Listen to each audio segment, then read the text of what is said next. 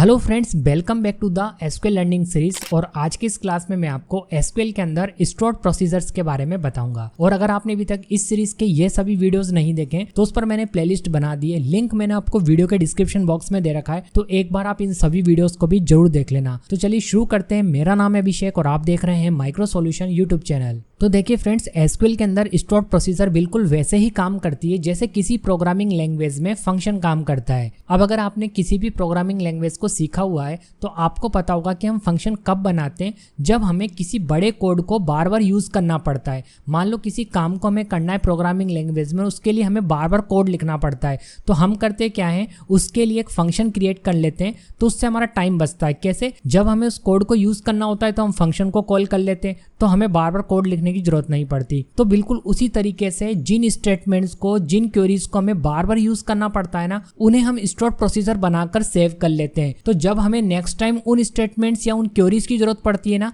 तो हम stored procedure को कॉल कर लेते हैं और बार बार हमें स्टेटमेंट्स और क्वेरी लिखने की जरूरत नहीं पड़ती। केवल हमें वही नाम देना होता है जिस नाम से हमने स्टोर्ड प्रोसीजर को क्रिएट करा है, और क्वेरी अपने आप एग्जीक्यूट हो जाती है। अब इस काम को करते कैसे, अभी मैं आपको प्रैक्टिकल बताऊंगा, आपको सब कुछ समझ में आ जाएगा। सबसे पहले आप इसका सिंटेक्स देखिए। सिंटेक्स में आपको सबसे पहले डेलीमीटर को सेट करना पड़ता है, और डेलीमीटर के अंदर आपको यहाँ पर कोई सिंबल देना पड़ता है। अब ये सिंबल जो मैंने दिया है ना, वो है फॉरवर्ड स्लैश। आप इसकी जगह पर $साइन भी यूज कर सकते हो।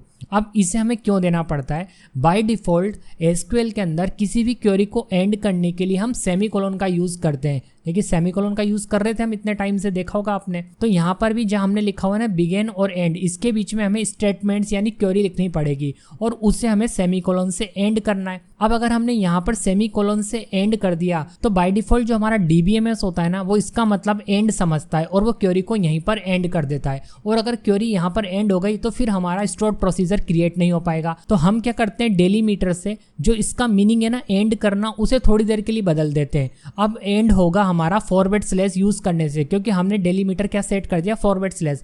कुल मिलाकर सेमीकोलन की जगह हमने फॉरवर्ड स्लैश सेट कर दिया, जब तक हम स्टोर्ड प्रोसीजर क्रिएट नहीं कर देते तब तक के लिए। अब स्टोर्ड प्रोसीजर क्रिएट करने के लिए सबसे पहले आपको क्रिएट लिखना है, उसके बाद प्रोसीजर लिखना है, उसके बाद आपको जो भी अपनी प्रोसीजर का नाम रखना है ना, वो आप यहाँ पर रख सकते हैं। फिर आपको यहाँ पर बिगिन कीवर्ड स्टार्ट करना है, और इसके बीच में जितने भी स्टेटमेंट्स आपको लिखने हैं, जो भी क्वेरी आपको बनानी है ना, वो आप लिख दो, और फिर आप सेमीकोलन लगा दो। लेकिन इस बार जो सेमीकोलन है ना, वो एंड नहीं करेगा यहाँ पर, क्योंकि हमने डेलीमीटर में एंड के लिए फॉरवर्ड स्लैश को सेट कर रखा है। अब यहाँ पर हमने एंड कीवर्ड लगाया और उसके बाद डेलीमीटर जो हमने सेट करा था वो लगा दिया, ताकि जब हम इस क्वेरी को एग्जीक्यूट करें तो यहाँ पर एंड हो जाए। अब जो हमने ये डेलीमीटर सेट करा था ना, ये ओनली हमने स्टोर्ड प्रोसीजर क्रिएट करने के लिए करा था। अब हमारा काम यहाँ पर खत्म हो गया है, तो हमें वापस डिफॉल्ट वाला एक्टिवेट करना पड़ेगा, और डिफॉल्ट वाला हमारा क्या है, सेमीकोलन। तो लास्ट में हमें लिखना होता है डेलीमीटर सेमीकोलन। इसका मतलब होता है कि वापस से हमने सेट कर दिया है सेमीकोलन को एंड के लिए। जब हमारी क्वेरी एंड होती है तो हम सेमीकोलन से ही करते हैं। तो बस आपको शुरुआत में एक बार डेलीमीटर सेट करना है, और जब काम खत्म हो जाए तो आपको डेलीमीटर को वापस डिफॉल्ट वाला कर देना है।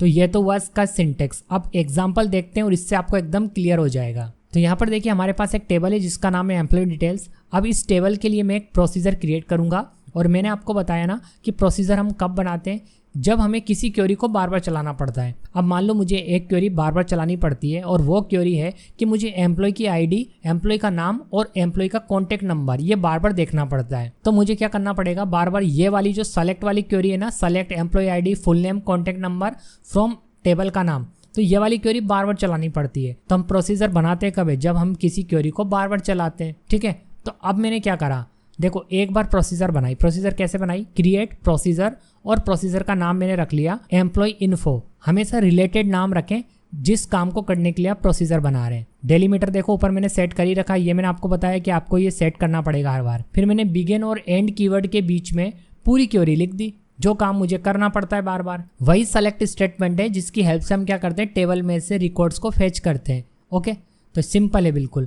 इसके बाद यहाँ पर मैंने एंड कर दिया, और यहाँ पर वापस लास्ट में डेलीमीटर को चेंज कर दिया। अब देखिए इससे फायदा क्या होगा, इसे समझने के लिए आपको इसका प्रैक्टिकल दिखाता हूँ। ऑलराइट फ्रेंड्स, तो यहाँ पर मैंने अपना MySQL वर्कबेंच ओपन कर लिया है। अब सबसे पहले मैं डेटाबेस सेलेक्ट कर लेता हूँ। तो कंपनी नाम का डेटाबेस है हमारा, इसे सेलेक्ट करता हूँ मैं और एग्जीक्यूट कर देता हूँ। ठीक है, डेटाबेस सेलेक्ट हो गया है। तो यहाँ पर देखिए फ्रेंड्स, जो प्रोसीजर बनाने की क्वेरी थी ना, उसे मैंने लिख दिया जिसे अभी मैंने आपको एक्सप्लेन करा था। अब मैं इसे एग्जीक्यूट कर देता हूँ। अब आप यहाँ पर ध्यान दीजिए, मैंने कंपनी डेटाबेस को सेलेक्ट करा है और इसके अंदर यहाँ पर आपको मिलेगा स्टोर्ड प्रोसीजर। अभी देखिए इसके अंदर आपको कुछ भी नहीं दिखाई दे रहा होगा। यहाँ से मैं देखिए इसे रिफ्रेश करता हूँ, आप राइट क्लिक करके भी कर सकते हैं। इसके अंदर देखिए अब एक प्रोसीजर क्रिएट हो चुकी है एम्प्लॉय इन्फो के नाम से। अब देखिए फ्रेंड्स, इससे बेनिफिट क्या होने वाला है, मुझे बार बार सेलेक्ट स्टेटमेंट चलाकर एम्प्लॉय की आईडी, एम्प्लॉय का नाम और कॉन्टेक्ट नंबर देखने की जरूरत पड़ती थी। अब मैंने एक बार प्रोसीजर क्रिएट कर लिया, अब मुझे वापस से सेलेक्ट क्वेरी चलाने की जरूरत नहीं है। जस्ट मैं यहाँ पर जाऊंगा और इसके सामने देखिए एग्जीक्यूट आपको मिलेगा, मैं इस पर क्लिक कर दूंगा। इस पर क्लिक करते देखिए टेबल में से 3 कॉलम आ गए और पूरा डाटा मुझे मिल गया है। ठीक है, एक तरीका तो एग्जीक्यूट करने का किसी भी प्रोसीजर को यही है कि आपको यहाँ पर प्रोसीजर का नाम मिल जाएगा, उसके सामने आपको एग्जीक्यूट का ये बटन मिलेगा, इस पर क्लिक कर देना। और एक दूसरा तरीका और होता है जिससे हम प्रोसीजर को एग्जीक्यूट करते हैं या फिर आप कह सकते हो कॉल करते हैं। तो उसके लिए हमें क्या करना पड़ता है, यहाँ पर वो देखिए आपको लिखना पड़ेगा कॉल, उसके बाद आपकी प्रोसीजर का नाम। प्रोसीजर का नाम क्या है, एम्प्लॉय इन्फो। ठीक है, उसके बाद सेमीकोलन भी लगाना और इसे सेलेक्ट करके एग्जीक्यूट कर देना। तो इससे भी प्रोसीजर को एग्जीक्यूट किया जा सकता है। तो इस तरीके से आप जिस काम को आपको बार बार करना पड़ता है उसका प्रोसीजर क्रिएट कर लो और जस्ट एक क्लिक में आपके पास इंफॉर्मेशन आ जाएगी, आपको बार बार क्वेरी लिखने की जरूरत नहीं पड़ेगी। तो फ्रेंड्स, ये तो था प्रोसीजर बनाने का एक तरीका। अब मैं आपको प्रोसीजर एक तरीके से और बनाकर दिखाऊंगा और इस बार हम पैरामीटर पास करेंगे, यानी हम इनपुट भी लेना सीखेंगे। अब देखिए मैं करना क्या चाहता हूँ, जब मैं कोई भी एम्प्लॉय आईडी इनपुट करूँ तो उस इनपुट के आधार पर ही फुल नेम, एज, जेंडर और कॉन्टेक्ट नंबर डिस्प्ले किए जाएं। तो इसके लिए मुझे एक ऐसा प्रोसीजर क्रिएट करना पड़ेगा जो कि इनपुट लेता हो। सबसे पहले तो देखिए आप क्या करें, क्रिएट प्रोसीजर लिखकर प्रोसीजर का नाम बता दें। तो यहाँ पर मैंने सर्च EMP बता दिया क्योंकि मैं सर्च करवाना चाहता हूँ रिकॉर्ड्स को। अब देखिए इनपुट लेने वाला प्रोसीजर क्रिएट करने के लिए आपको इन कीवर्ड लिखना पड़ता है। इसके बाद आपको एक वेरिएबल क्रिएट करना पड़ता है, इसे आप वेरिएबल मान लें। P_ID मैंने क्या करा है, वेरिएबल क्रिएट करा है। अगर आपको कोई भी प्रोग्रामिंग लैंग्वेज आती है तो आप वेरिएबल के बारे में जानते होंगे, और अगर नहीं जानते हो तो मैं आपको सिंपल से ही लैंग्वेज में बता देता हूँ कि वेरिएबल एक मेमोरी होती है। P_ID से मैंने क्या करा है, एक मेमोरी क्रिएट कर दी जिसका कि नाम रख दिया है हमने P_ID। जब हम कोई भी वैल्यू पास करेंगे ना तो वो इस मेमोरी में जाकर स्टोर हो जाएगा। तो हमें क्या करना पड़ता है, एक मेमोरी क्रिएट करनी पड़ती है जब हम इनपुट टाइप की प्रोसीजर बना रहे हैं। तो P_ID क्या है, एक वेरिएबल है जो कि हमारे इनपुट को होल्ड करके रखेगा, और उसका डाटा टाइप हमने क्या बता दिया, इंटीजर। इंटीजर के लिए हम INT लिखते हैं। अब बिगिन और एंड कीवर्ड के बीच में हमने हमारी मेन क्वेरी लिखी जिसे हम बार बार एग्जीक्यूट करते हैं। एक्चुअल में हम स्टोर्ड प्रोसीजर को बनाते तभी है ना जब हम किसी क्वेरी को बार बार एग्जीक्यूट करते हैं। तो बार बार एग्जीक्यूट होने वाली क्वेरी के रूप में हमने यहाँ पर लिखा हुआ है कि सेलेक्ट करें full name, age, gender, contact number employee details वाली टेबल में से। लेकिन हमने वेयर से कंडीशन बता दी कि जिसकी एम्प्लॉय आईडी वो हो जो हम पास कर रहे हैं, उसी एम्प्लॉय का full name, age, gender, contact number show करा जाए जिसकी एम्प्लॉय आईडी हमने पास करी है। ये वो वेरिएबल है जिसकी वैल्यू अभी हम पास करेंगे जब इसे हम एग्जीक्यूट करेंगे। तो अभी हो सकता है आपको समझ में नहीं आ रहा हो, एक बार मैं एग्जीक्यूट करके दिखाऊंगा, आपको समझ में आ जाएगा। तो यहाँ पर देखिए फ्रेंड्स, मैंने वही क्वेरी लिख दी है। अब इससे पहले मैं सेलेक्ट करके एग्जीक्यूट कर देता हूँ ताकि हमारा सर्च EMP नाम से एक प्रोसीजर क्रिएट हो जाए। तो एग्जीक्यूट करा मैंने। अब जैसे मैं यहाँ पर इसे एग्जीक्यूट करूंगा तो एक और स्टोर्ड प्रोसीजर क्रिएट हो जाएगी। सर्च EMP के नाम से एक प्रोसीजर बन गई है। अब मैं इसे एग्जीक्यूट करता हूँ। देखो यहाँ पर क्लिक कर रहा हूँ इसके कोने पर। तो जैसे ही मैं एग्जीक्यूट करूंगा तो देखो यहाँ पर एक डायलॉग बॉक्स आया है। इसमें हम वो वैल्यू पास करेंगे जिस वैल्यू के आधार पर हम रिकॉर्ड को सर्च करना चाहते हैं, यानी एक्चुअल में हम एम्प्लॉय आईडी को एंटर कर रहे हैं। तो यहाँ पर मैंने 5 टाइप कर दिया है और अब मैं एग्जीक्यूट पर क्लिक कर देता हूँ। तो एग्जीक्यूट पर क्लिक करते ही देखिए यहाँ पर रिजल्ट आ चुका है। 5 नंबर का जो रिकॉर्ड था ना वो विक्रम सिंह का था, इसकी एज आ गई है, जेंडर बता दिया गया है और यहाँ पर इसका कॉन्टेक्ट नंबर आ गया है। तो जैसे हमने 5 पास करा था ना तो वो 5 काय में आ गया था, इस वाले वेरिएबल में आ गया था। वेरिएबल मैंने आपको बताया ना, एक मेमोरी क्रिएट हो जाती है, उस मेमोरी में जाकर वो 5 स्टोर हो गया था। तो यहाँ पर देखिए कंडीशन में मैंने क्या लिखा हुआ है कि employee ID equal to PID। तो जो PID है ना वही एम्प्लॉय आईडी की वैल्यू है और उसी के आधार पर रिकॉर्ड को सर्च किया जाएगा और जो रिकॉर्ड मिल जाएगा उसे शो कर दिया जाएगा। अब देखिए इस प्रोसीजर को बनाने से मुझे बेनिफिट क्या मिला है कि जब भी मुझे फ्यूचर में किसी एम्प्लॉय का रिकॉर्ड सर्च करना है तो मैं अपनी बनाई गई प्रोसीजर को एग्जीक्यूट कर लूंगा और यहाँ पर जिस भी एम्प्लॉय को सर्च करना है उसकी एम्प्लॉय आईडी एंटर कर दूंगा। एक्चुअल में ये एम्प्लॉय आईडी है, तो यहाँ पर मैं इस बार 4 एंटर कर देता हूँ और एग्जीक्यूट कर देता हूँ। तो इस बार नया रिकॉर्ड सर्च होकर आ गया है। तो फ्रेंड्स इस तरीके से आप अपनी प्रोसीजर के अंदर इनपुट भी ले सकते हैं। अब देखिए फ्रेंड्स, मैं आपको एक और प्रोसीजर बनाकर दिखाता हूँ और इसकी हेल्प से मैं टेबल में रिकॉर्ड्स को इंसर्ट करूंगा। तो यहाँ पर मैंने एक प्रोसीजर क्रिएट करा है और उसका नाम दिया है एड एम्प्लॉय। मैं करूंगा क्या, टेबल में रिकॉर्ड एंटर करूंगा। तो रिकॉर्ड क्या है, वैल्यूज है ना। तो जब मैं इनपुट लेना चाहता हूं तो मुझे इनपुट वेरिएबल बनाने पड़ते हैं और वेरिएबल बनाने के लिए सबसे पहले आपको लिखना है इन, उसके बाद आप कोई भी नाम रख सकते हैं। तो जो टेबल में आपके कॉलम होंगे ना, उस कॉलम के हिसाब से आप नाम रखना। तो देखिए अभी मैं एक टेबल भी क्रिएट करूंगा। तो मेरी टेबल के अंदर होगा एक एम्प्लॉय आईडी, इसलिए मैंने ईएमपी आईडी रख लिया। एक होगा मेरे पास एम्प्लॉय का नाम, तो उसके लिए मैंने ईएमपी नेम रख लिया। एम्प्लॉय का डेजिग्नेशन होगा तो उसके लिए मैंने ईएमपी अंडरस्कोर डेजिग्नेशन रख लिया। और एक कॉलम होगा मेरी टेबल में एम्प्लॉय की सैलरी वाला, तो उसके लिए मैंने यहाँ पर एक वेरिएबल बना लिया ईएमपी अंडरस्कोर सैलरी। तो फ्रेंड्स ये क्या हो गए, हमारे वेरिएबल्स हो गए और इनके अंदर अभी वो वैल्यूज आएगी जिन्हें अभी हम पास करेंगे। ओके, और यहाँ पर मैंने इनका डेटा टाइप भी बता दिया कि जो वेरिएबल क्रिएट होंगे ना, इनका डेटा टाइप क्या होगा। अब देखिए बिगिन और एंड के बीच में हमने मेन क्वेरी लिखी हुई है। एक्चुअल में ये टेबल में रिकॉर्ड्स को इंसर्ट करने वाला कमांड है। तो इंसर्ट इनटू लिखना होता है, टेबल का नाम बताना होता है। अभी इस नाम से मैं ऊपर टेबल क्रिएट करूंगा, अभी मैंने क्रिएट नहीं करी है, अभी मैं करूंगा। ठीक है, इस टेबल के अंदर जो भी कॉलम चाहिए वो मैंने कॉलम बता दिए। वैल्यूज करके मैंने यहाँ पर वैल्यूज नहीं दी। एक्चुअल में इंसर्ट इनटू कमांड में क्या होता है, वैल्यूज लिखने के बाद हमें यहाँ पर वैल्यूज देनी पड़ती है। इन कॉलम्स में आपको जो वैल्यूज यानी जो रिकॉर्ड्स एंटर करने ना, वो आपको यहाँ पर देने पड़ते हैं। बट इस बार मैंने वो नहीं करा। इस बार मैंने यहाँ पर अपने उन वेरिएबल के नाम बता दिए जो मैंने यहाँ पर ऊपर क्रिएट करे थे। सीक्वेंस में लिखना है हमें सारे वेरिएबल के नाम। हमने आईडी वाले कॉलम के लिए ईएमपी आईडी बनाया है, ईएमपी नेम के लिए हमने ईएमपी नेम ही वेरिएबल बनाया है और डेजिग्नेशन के लिए हमने ईएमपी डेजिग्नेशन बनाया है। ठीक है, सैलरी के लिए हमने ईएमपी सैलरी बनाया है। तो इससे क्या होगा, जब हम इस प्रोसीजर को एग्जीक्यूट करेंगे तो हमसे इनकी वैल्यूज मांगी जाएगी और जो वैल्यूज हम एंटर करेंगे वो इन वेरिएबल में आ जाएगी। और इंसर्ट इनटू कमांड क्या करेगा, इन वेरिएबल से वैल्यूज को लेकर इस टेबल के इन कॉलम्स में स्टोर कर देगा। तो पहले हम क्या करते हैं, टेबल क्रिएट करते हैं। तो ऊपर मैं यहाँ पर टेबल को क्रिएट कर लेता हूँ, क्योंकि अगर टेबल पहले क्रिएट नहीं करी तो ये प्रोसीजर किस पर काम करेगी। तो टेबल क्रिएट करने के लिए मैंने क्रिएट टेबल कमांड लिखा, टेबल का नाम बता दिया और वही कॉलम लिए हुए हैं जो मैंने यहाँ पर यूज़ करे हैं। ठीक है, डेटा टाइप बता दिया, प्राइमरी की सेट कर दी। अब मैं इसे एग्जीक्यूट करूं उससे पहले एक काम करता हूं, डेटाबेस चेंज कर लेता हूं, क्योंकि कंपनी नाम के डेटाबेस में एम्प्लॉय इन्फो नाम की टेबल ऑलरेडी बनी हुई है। तो एक काम करते हैं, यहाँ पर कंपनी 2 नाम का एक डेटाबेस है, उसे यूज कर लेते हैं, यानी उसे सेलेक्ट कर लेते हैं। सेलेक्ट करता हूँ इसे और एग्जीक्यूट कर देता हूँ। डेटाबेस सेलेक्ट हो चुका है और अब मैं इस टेबल को इस कंपनी 2 वाले डेटाबेस में क्रिएट कर देता हूँ। एग्जीक्यूट करा, टेबल क्रिएट हो चुकी होगी। ये रहा कंपनी 2 डेटाबेस और एक बार रिफ्रेश करते हैं, एम्प्लॉइज इन्फो नाम की टेबल आ चुकी है। अब देखिए फ्रेंड्स, मैं आपको फिर से याद दिलाना चाहूँगा कि हम प्रोसीजर कब बनाते हैं, जब हम किसी काम को बार बार करते हैं और हमें टाइम बचाना है तो हम प्रोसीजर बना लेते हैं। अब बार बार होने वाला काम कौन सा हो गया, टेबल में रिकॉर्ड इंसर्ट करना। तो हमने क्या करा, उसके लिए ये वाली प्रोसीजर क्रिएट कर ली। प्रोसीजर एक बार क्रिएट करेंगे और हम इसे बार बार यूज में ले पाएंगे। ठीक है, तो चलिए इससे पहले मैं क्रिएट कर लेता हूं ताकि आपको और अच्छे से समझ में आ जाए। एग्जीक्यूट करता हूं इसे मैं और एक बार रिफ्रेश करता हूं यहाँ पर। तो स्टोर्ड प्रोसीजर के अंदर देखिए एड एम्प्लॉय वाली एक प्रोसीजर क्रिएट हो चुकी है। अब इसे एग्जीक्यूट करता हूं। इसे एग्जीक्यूट करते ही हमारे सामने एक डायलॉग बॉक्स ओपन होगा। इसमें आपको बिल्कुल फॉर्म टाइप का दिखाई देगा, जैसे फॉर्म फिल करते हैं ना हम, ऐसा। अब हमें जो भी टेबल में रिकॉर्ड एंटर करना है ना, वो हमें इसके अंदर फिल कर देना है। जैसे एम्प्लॉय की आईडी 101, एम्प्लॉय का नाम, एम्प्लॉय का डेजिग्नेशन मैनेजर, एम्प्लॉय की सैलरी एंटर कर देते हैं 50,000 रुपये। अब जैसे ही मैं एग्जीक्यूट पर क्लिक करूंगा तो ये वैल्यूज पहले इन वेरिएबल्स में जाएगी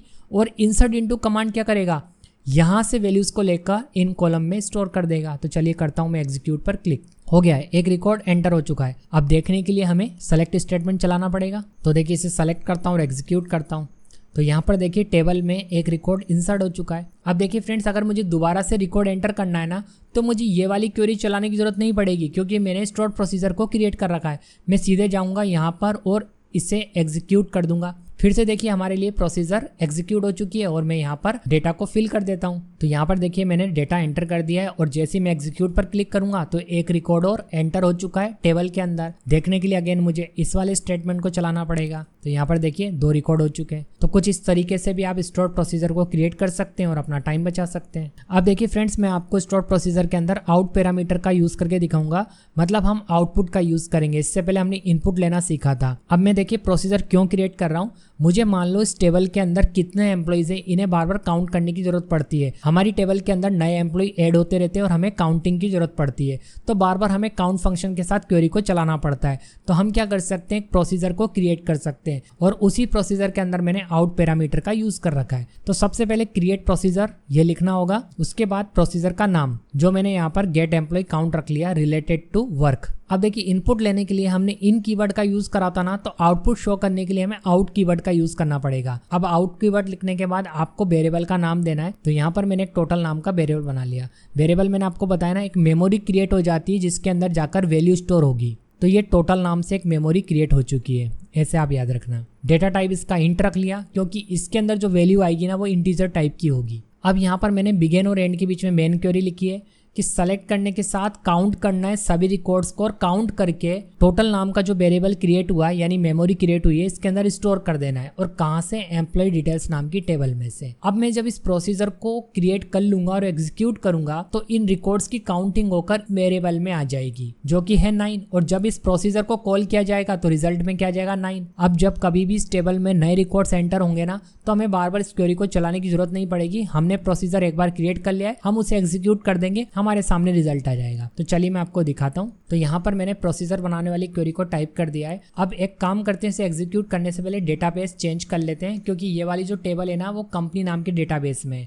तो ऊपर जाता हूँ मैं, यहाँ पर इस डेटाबेस को सेलेक्ट कर लेता हूँ। अब मैं इस क्वेरी को एग्जीक्यूट कर देता हूँ ताकि प्रोसीजर क्रिएट हो जाए, और एक बार रिफ्रेश करके दिखाता हूँ आपको। तो यहाँ पर देखो एक नई प्रोसीजर आ चुकी है। अब इस प्रोसीजर को कॉल करने का 2 तरीका है। एक तरीका तो यहाँ से भी कर सकते हैं, बट अगर आप यहाँ से एग्जीक्यूट करोगे तो यहाँ पर आपको फिर कोई वैल्यू एंटर नहीं करनी, क्योंकि हमने इस बार इनपुट के लिए कुछ नहीं लिया हुआ है, सीधे हम आउटपुट पर रिजल्ट चाह रहे हैं। तो इसे सीधे एग्जीक्यूट करना पड़ेगा आपको। तो देखो रिजल्ट आ चुका है 10। जब मैंने आपको डायग्राम दिखाया था तो वहां पर 9 रिकॉर्ड थे, इसलिए मैंने 9 बोल दिया था, बट एक्चुअल में इसके अंदर 10 रिकॉर्ड है। तो आप चाहो तो दूसरी तरीके से भी इसको एग्जीक्यूट कर सकते हो। वो तरीका कुछ इस तरीके से है। आपको लिखना है सबसे पहले सेलेक्ट, उसके बाद आपको @ लगाना है, फिर आपको उस वेरिएबल का नाम दे देना है जिसमें डेटा स्टोर है। अब देखिए अगर मैं इसे सेलेक्ट करके एग्जीक्यूट करता हूँ ना, तो रिजल्ट में देखो 10 ही आएगा, क्योंकि मैं इस वाली प्रोसीजर को चला रहा हूँ। टोटल में क्या था हमारे पास, 10 ही था ना। काउंट ने क्या करा था, एम्प्लॉइज के रिकॉर्ड को काउंट करके इसमें स्टोर कर दिया था, और इससे ही हमने शो कर लिया है। अगर आपने प्रोसीजर में आउट यूज कर रखा है तो फिर आप उसे इस तरीके से कॉल करेंगे,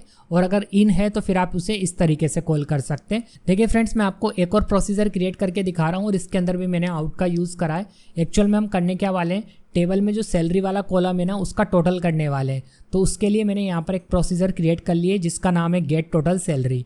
एक वेरिएबल बना लिया है आउट से जिसका नाम है टोटल सैलरी, और उसका डेटा टाइप इंट बता दिया है। वेरिएबल क्या होता है, एक मेमोरी बन जाएगी टोटल सैलरी नाम की, ठीक है। अब बिगिन और एंड के बीच में हमने मेन क्वेरी लिख ली, और इस क्वेरी से क्या होगा, सैलरी वाले कॉलम पर सम अप्लाई होगा और एक सम जनरेट होगा, और उस सम को इनटू की हेल्प से टोटल सैलरी वाले इस वेरिएबल में स्टोर कर दिया जाएगा। और जब हम इस प्रोसीजर को कॉल करेंगे तो हमारे सामने टोटल सैलरी आ जाएगी। तो इसे सेलेक्ट करता हूं और एग्जीक्यूट करता हूं। अब यहाँ पर रिफ्रेश करके दिखाता हूं। देखिए एक स्टोर प्रोसीजर और बन चुकी है जिसका नाम है गेट टोटल सैलरी। अब देखिए फ्रेंड्स, इसे चाहूँ तो मैं यहाँ से भी एग्जीक्यूट कर सकता हूँ, बट मैं इसे कॉल करूंगा।